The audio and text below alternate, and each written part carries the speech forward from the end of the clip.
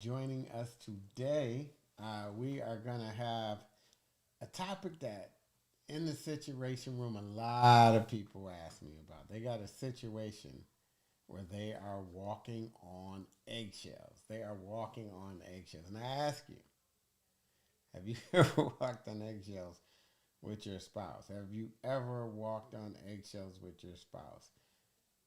Yes. Most of you would probably say, yes, yes, I have. So if you've ever walked on eggshells, you know how it is. You come home and boy, you put that key in the door and you'd like to be met with the "I love you," "Hey babe, you're finally here, good to see you," and instead you wah, wah, wah, wah, wah. Or small things like you think aren't a problem, like you go and you say, "Babe, where are the trash bags?" And like wah wah wah wah wah, and I tell you to put them back, da da da da da. Or, and I had one person that was really bad, like really bad. This couple was at a horrible place. He had brought home flowers. Now he was in her doghouse. I got to admit you that. And left them at the house and went out and left them at 4. Knew she'd be home at 4:30. 4:30 comes, no call. 5:30 comes, no call. 6:30, no call. 7 o'clock he comes. He sees the flowers there unopened and says, "Babe, I got you flowers." She says, "The kids need some shoes. They need this. They need that. And you're not taking care of those things. Why would you get me flowers?" He says, "Babe, we got to find a way to reconnect. I'm more scared about that. They're not going to make it because they don't have an extra pair of shoes, but they will make it if we can't find a way to reconnect." And so I say to all of you, the biggest threat to your marriage probably isn't what you're fighting about. The biggest threat to your marriage is probably the damage that not getting resolved is causing. That's right. It's not what we're fighting about. It's us disconnecting. So what I want us to do right now is briefly just talk about what's it like to walk on eggshells and what causes walking on eggshells. We all know what it feels like. It's frustrating. You come home and home isn't as inviting as it normally is because there's this tension between us and we don't know how to resolve it. Anyone ever been in that situation? I want you to go to the browser and type in the word egg. Type in the word egg. Should be like a lot of eggs in there. And I want people to just be sure that they share that because we all go through it. Hey, how you doing, Aguil? How you doing, Marie? Marie says, "Louder, please. Louder, please." Tell me if you can hear me now, Marie. I just turned this up. If not, let me go here and make sure I got on the right mic because I might have on the wrong mic. Yep, I got on my Rodecaster mic. Can you hear me now? Because it's saying it's okay. If you can hear me, let me know. So, what happens is we are in a situation where there's just a tension between us, and we got to figure out how are we going to resolve this tension because we are walking on eggshells. If you've ever walked on eggshells, go to the browser and type in egg. You can type in eggshells if you want, or EES, however you want to talk about it. But if you are in that situation, I've ever been in that situation, let me know. So a lot of people come to me and they talk to me and they're walking on eggshells. There's this tension.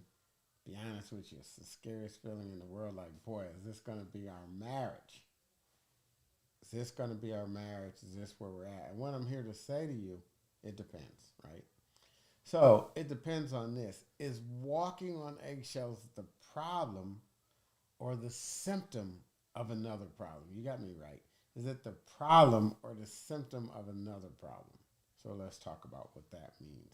So, what I want you to do is just simply ask, what's their why? What is their why, right? So, I find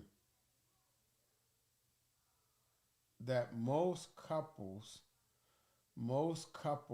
aren't fighting about the facts.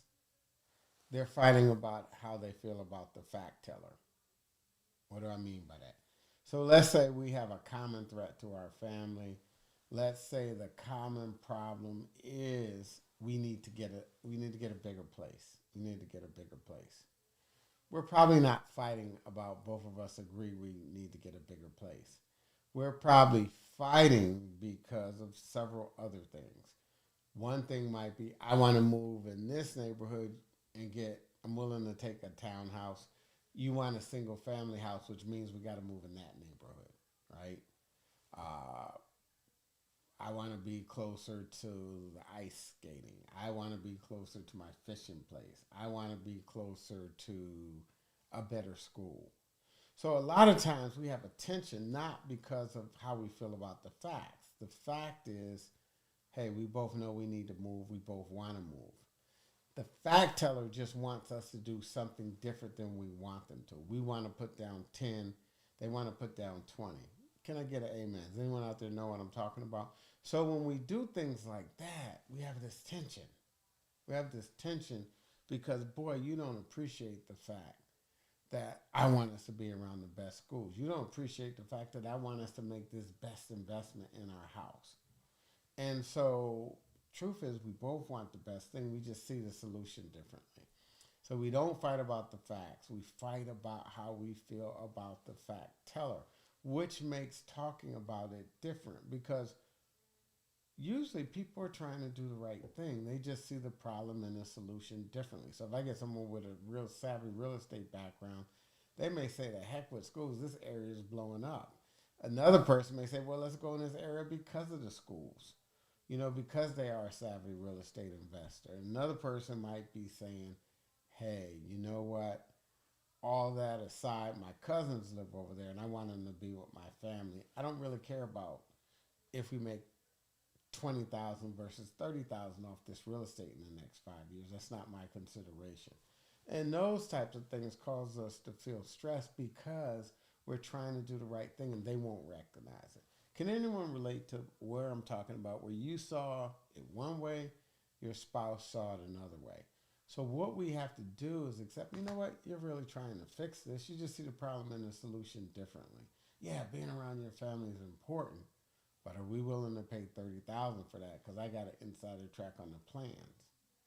Maybe we could find a way to just say, hey, you know what? Because this place has a pool, we're going to have all the kids by in the summer, and that will cover the family thing, whatever it might be. Anyways, we just have to find a way. Another thing that we have to do is recognize it may be the case that my triggers are triggering your triggers. For example, I've always had a trigger personally about being rushed. About being rushed. So let's say you have a trigger about being rushed and your spouse has a trigger about being hollered at. But they also have a trigger about you guys arriving late, right? Which causes them to holler. So I'm saying we have to stop and figure out what's the problem and what's the symptom of the problem.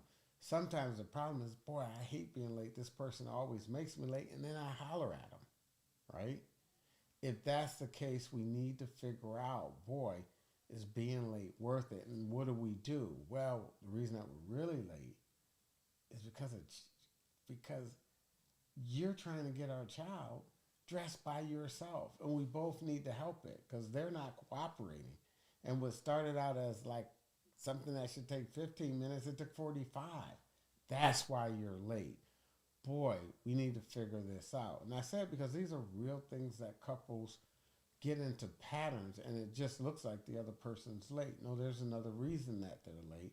We need to have to close in the evening. We need to prep our meals before church on Sunday because trying to cook Sunday and get them dressed just isn't working.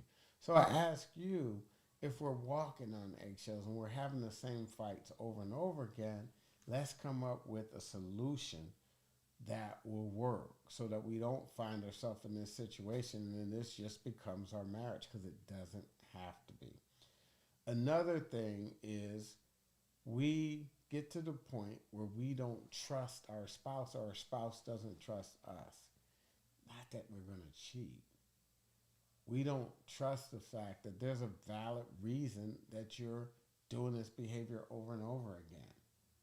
There's a valid reason that you're short with me. Could be short with me because I don't talk to you, right? So sounds open and shut. I just need to talk more. Maybe not. Maybe when I try to talk to you, you always interrupt me. Maybe when I tell you how I feel, you tell me or I tell you you're lying. You don't really feel that way. You don't need more quality time. You just don't want to have sex with me no more. Anyways, I say that to say that if we're walking on eggshells, let's figure out what's the problem and what's the symptom. A lot of times we treat the symptom, which is the behavior we don't want, and we got to start focusing on the problem.